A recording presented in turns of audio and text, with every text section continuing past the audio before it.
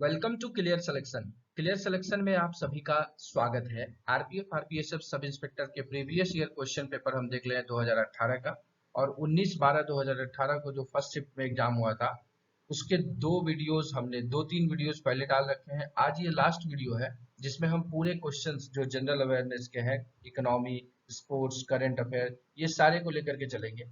Video थोड़ा सा लंबा होगा, इसलिए वीडियो को ध्यानपूर्वक देखिएगा। इंपॉर्टेंट चीजें हैं, करंट अफेयर्स में किस प्रकार से आपको देखना है सवालों को, इकोनॉमी कितना पूछा जा रहा है, इन सब चीजों पे आज हम लोग चर्चा करेंगे। सवाल काफी सिंपल आए हैं इन सब चीजों के, एक साइंस को छोड़ करके बाकी सारे सवाल मुझे ऐसे स्तर के लग रहे हैं जो अगर आप तैयारी कर रहे हैं और रेगुलर टच में है तो आप आसानी से इन सवालों को हल कर पाएंगे। तो अपने कॉन्फिडेंस को बरकरार रखिए और इस प्रकार की इस वीडियो सीरीज को देखते रहिए ताकि आपका जो है कॉन्फिडेंस बूस्ट अप रहे। शुरू करते हैं हम लोग पीवाई क्यूज, कौन कौन से सवाल पूछे गए। सबसे पहले हम लोग इकोनॉमी वाले पार्ट को देख लेते हैं। पहला सवाल इकोनॉमी में मुझे दिखा, वो था 12वें वित्त आयोग के अध्यक्ष कौन थे। अभी 16वां वित्त आयोग का गठन हो गया है, आप उनका नाम याद रखिए, हो सकता है वो भी पूछा जाए। 12वें वित्त आयोग में क्या है, doctor Vijay L Kelkar, doctor Y V Reddy, Shri N K Singh और श्री सी रंगराजन। तो 12वें वित्त आयोग के अध्यक्ष थे श्री सी रंगराजन। सी रंगराजन का आप बहुत जगह सिग्नेचर देखते होंगे नोट पे, ये गवर्नर भी रहे हैं आरबीआई के। आगे देख लेते हैं हम लोग। तो वित्त आयोग का गठन जो है भारतीय संविधान के अनुच्छेद 280 के तहत किया जाता है और यह एक संवैधानिक निकाय है। यहाँ पे एक शब्द आया संवैधानिक निकाय। दो तरह की निकाय होती है, दो तरह की बॉडी बनती है। एक संवैधानिक बॉडी जिसका कि संविधान में जिक्र है, और दूसरी एक बनती है स्टैट्यूटरी बॉडी, इसको वैधानिक निकाय बोलते हैं। मतलब किसी कानून के थ्रू अगर कोई बॉडी बनती है तो उसे वैधानिक निकाय कहा जाता है। तो ये याद रखेंगे, ये एक सवाल आपका बन सकता है। कहता है अब वित्त आयोग का हम गठन क्यों करते हैं। तो सिंपल सा बात है कि हमारे भारत में दो प्रकार से शासन चलता है, एक केंद्र में और एक राज्य में।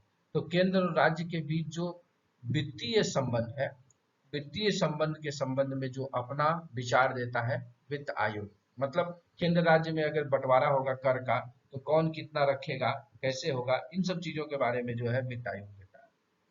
अब ये कुछ लिस्ट हमने आपको दे दिया जिससे कि आपको सवाल के तौर पे पूछा जा सकता है। सबसे पहला बनता है कि पहला वित्त आयोग कौन था। तो 1951 में उसका गठन हुआ, केसी नियोगी साहब थे। तो ये सवाल बनता है। 12वां आप जान ही गए, डॉक्टर सी रंगराजन 2002 में बने। 13वां पूछ सकता है क्योंकि इसमें ऑप्शन में है, डॉक्टर विजय केलकर 13वां 2007 में वो बने। डॉक्टर वाई वी रेड्डी 14वां बने 2013 में, और एन के सिंह 15वें थे। आपको 15वां पूछा जा सकता है, 16वां का भी गठन किया गया है तो 16वां करंट का सवाल बन जाता है। तो 15वां थे एन के सिंह 2017 में, और 16वें अभी अरविंद अरविंद पनगड़िया बन गए हैं 2024 से। तो आशा करते हैं कि ये सवाल आपके एग्जाम में जरूर टचअप होगा। अगला पूछा आरटीजीएस का फुल फॉर्म क्या है। तो जब भी आप बैंक जाएंगे तो आपको आरटीजीएस करना होता है। आरटीजीएस होता है real time gross settlement, real time gross settlement. अगला सवाल इकोनॉमी में बोला, निम्न में से कौन सी एक दुर्लभ मुद्रा है। दुर्लभ मुद्रा मतलब जिसे हम आसानी से क्या कर सकते हैं, बदल नहीं सकते, उस प्रकार की चीज है। तो कुवैती दिनार, अमेरिकी डॉलर, यूरोपियन डॉलर, यूरो या कैनेडियन डॉलर। तो कुवैती दिनार जो है उसको दुर्लभ मुद्रा कहा जाता है। क्यों कहा जाता है कि जिस मुद्रा की आपूर्ति की तुलना में मांग लगातार अधिक होती है उसे दुर्लभ मुद्रा कहते हैं। मतलब मांगा जा रहा है, सब बाजार में टमाटर मांगा जा रहा है, टमाटर नहीं मिल रहा है, तो क्या हो गया, टमाटर दुर्लभ चीज हो गया। ठीक उसी प्रकार से जो मुद्रा बाजार में मांगी जा रही है लेकिन उसको हम पूर्ति नहीं कर पा रहे, दुर्लभ मुद्रा हो गई। अब ये इस प्रकार की मुद्रा का प्रयोग केवल अंतर्राष्ट्रीय बाजार में ही होता है, अर्थात इस मुद्रा को आसानी आसानी से पूरी दुनिया में बदला जा सकता है। मतलब ये क्या है कि दुर्लभ मुद्रा नहीं, मतलब मुद्रा का प्रयोग जो है, ये जो मुद्रा आपको चारों दिख रही है ये इंटरनेशनल मुद्रा है और इसका प्रयोग क्या है, इंटरनेशनल बाजार में किया जाता है। और हम इंडियन रुपीज को कन्वर्ट करके वहां पूरी दुनिया में इसका काम चला सकते हैं। बोला कि कुवैती दिनार जो है, कुवैती दिनार कुवैत की आधिकारिक मुद्रा है और यह अन्य मुद्राओं के साथ व्यापार योग्य नहीं है। इसी कारण जो है इसको क्या बोलते हैं हम लोग, दुर्लभ मुद्रा बोलते हैं। अगला इकोनॉमी का सवाल आया कि भारतीय निर्यात ऋण गारंटी निगम ईसीजीसी का मुख्यालय कहाँ है। तो भारत में जितने भी प्रकार के अगर कहा जाए कि इकोनॉमिकल, तो इकोनॉमिकल राजधानी भारत की कहाँ है, मुंबई। तो इसका आंसर हो जाएगा मुंबई। अब थोड़ा व्याख्या देख लेते हैं। इसका मुख्यालय मुंबई में है। यह भारतीय निर्यातकों को निर्यात ऋण बीमा सहायता प्रदान करता है और वाणिज्य मंत्रालय द्वारा नियंत्रित होता है। तो आपको बोल देगा कि ईसीजीसी जो है ये संस्था कौन से मुख्यालय, कौन सा मंत्रालय के तहत जो है नियंत्रित होता है, तो वाणिज्य मंत्रालय, कॉमर्स कॉमर्स मिनिस्ट्री हो। अगला इकोनॉमी में पूछा कोलंबिया की मुद्रा क्या है, तो आपको मुद्रा भी याद रखना है देश की। और ये अवेयरनेस के सवाल है, जनरल अवेयरनेस के, और इसको एक दो बार आप पढ़ लेंगे तो आपको चीजें याद हो जाएंगी। तो कोलंबिया की जो आधिकारिक मुद्रा है या मुद्रा का नाम है वो है कोलंबियन पेसो। अगला सवाल पूछा गया स्पोर्ट्स से। स्पोर्ट्स में पूछा गया एडम गिलक्रिस्ट का उपनाम क्या है, तो Adam Gilchrist, Bradman, Panesar, god of cricket, चर्ची। तो इसमें देखिए, आप देखेंगे मोंटी पनीसर है, गॉड ऑफ क्रिकेट तो सचिन है, ब्रॉडमैन अपने आप में है, चर्ची हो जाएगा। तो चर्ची इसका नाम आया। चर्ची क्यों आया? क्योंकि एडम गिलक्रिस्ट का नाम गिल्ली या चर्ची भी है। चर्ची इस गिल्ली उनका उपनाम था। चर्ची इसलिए बुलाते हैं क्योंकि वो अनुशासित और धार्मिक व्यक्ति थे, और हमेशा चर्च जाते थे, इसलिए उनको चर्ची कहा गया। गिलक्रिस्ट को टेस्ट इतिहास का सबसे महान विकेटकीपर बल्लेबाज भी माना जाता है। अगला सवाल पूछा निम्न में से कौन सा खिलाड़ी टेबल टेनिस से संबंधित नहीं? तो हाल ही में अगर कोई गेम वेम हुआ है तो उस गेम को जब आप पढ़ेंगे स्पोर्ट्स वाले पार्ट को, तो उसी में से ये सवाल, उस समय भी ये हुआ होगा टेबल टेनिस, और इसलिए वहां सवाल ये पूछ लिया गया।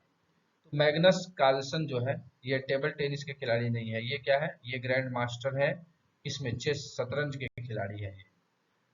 समझ गए? तो ये हो गया मैग्नस कार्लसन। अगला सवाल आपको स्पोर्ट्स से दिखा कि शब्द बैक रो अटैक का प्रयोग किस खेल में होता है। खेल में कुछ कुछ शब्द होता है जैसे फ्रंट फुट, बैक फुट, गिली point, silly point, mid on, mid of, ये सब क्रिकेट में प्रयोग होता है। तो इस प्रकार से हॉर्स रेसिंग, क्रिकेट, पोलो, वॉलीबॉल। तो बैक रो अटैक जो है ये वॉलीबॉल में उपयोग किया जाने वाला शब्द है। युवा ओलंपिक 2018 का आयोजन किस शहर में हुआ? ये स्पोर्ट्स में करंट अफेयर होगा क्योंकि 2018 में एग्जाम हुआ था। तो जो 2018 में युवा ओलंपिक हुआ वो हुआ था आपको ब्यूनस आयर्स। अगला जो देखते हैं स्पोर्ट्स में ड्यूस शब्द का प्रयोग किस खेल में होता है? ड्यूस अक्सर चर्चा में, हम लोग भी जब तैयारी कर रहे थे उस समय भी ये सवाल वैसे चर्चा में था। तो क्या ये फुटबॉल, गोल्फ, क्रिकेट, टेनिस? तो ये टेनिस का है। अब ड्यूस, आप ड्यूस का पिक्चर नहीं बजा आपके दिमाग में, तो अब पिक्चर बन जाएगा इसके एक्सप्लेनेशन से, जीवन में आप नहीं भूलिएगा। कैसे? तो जब टेनिस जो होता है उसमें जब स्कोर बराबर हो जाता है 40-40 का, तो उस स्थिति को ड्यूस कहा जाता है। इस ड्यूस क्यों कहते हैं? क्योंकि अब खिलाड़ी को एक पॉइंट नहीं चाहिए जीतने के लिए, लगातार 2 पॉइंट लेने होंगे। और ये ड्यूस शब्द जो है फ्रांसीसी शब्द एड्यूकस से आया है, जिसका अर्थ होता है 2 पर, मतलब 1 पर नहीं जीतिएगा, लगातार 2 पर जीतिएगा। अब करंट अफेयर के 2-3 सवाल देख लेते हैं। पूछा गया यूनेस्को के अंतर्गत शामिल विश्व विरासत का स्थल नहीं है, कौन सा? तो एलिफेंटा गुफा है, रानी की बावड़ी, इसको रानी की बाव भी कहा जाता है जो कि 100 रुपए के नोट पर दिखता है, हुमायूं का मकबरा, चार मीनार। तो सही उत्तर है दोस्तों चार मीनार। बाकी तीनों को जो है यूनेस्को में रखा गया है। कैसे? एलिफेंटा की गुफा 1987 में, रानी की बाव 2014 में, और हुमायूं का मकबरा 1993 में जो है यूनेस्को में शामिल। अगला करंट अफेयर का सवाल है पुस्तक a century is not enough किसने लिखी है? Virat Kohli, Sachin Tendulkar, Donald George, Bradman या सौरव गांगुली। आपको ये सेंचुरी शब्द सुनते ही सचिन तेंदुलकर पे जाएंगे, जो गलत हो जाएगा। ये सौरव गांगुली ने लिखा है, और सौरव गांगुली अपने करियर के बारे में इसमें पूरा उतार चढ़ाव के बारे में जिक्र किया। अगला एक सवाल पूछा गया पुस्तक the archaeology of ancient Indian cities किसने लिखी है? तो राज कलानी, दिलीप कुमार चक्रवर्ती, अकबरनामा या फिर उपेंद्र कुमार। तो सही उत्तर है दोस्तों दिलीप कुमार चक्रवर्ती। ये भी करंट अफेयर उस समय सवाल होगा, उस समय किताब लिखी गई होगी, इसलिए इसे चर्चा में रखा। तो इस तरीके से हम लोग 19/12/2018 जो फर्स्ट शिफ्ट का है ये लास्ट वीडियो था, आज हमने कवर कर लिया। आगे के एग्जाम में अब क्या पूछा गया है उसको हम लोग नेक्स्ट वीडियो में लेकर आएंगे।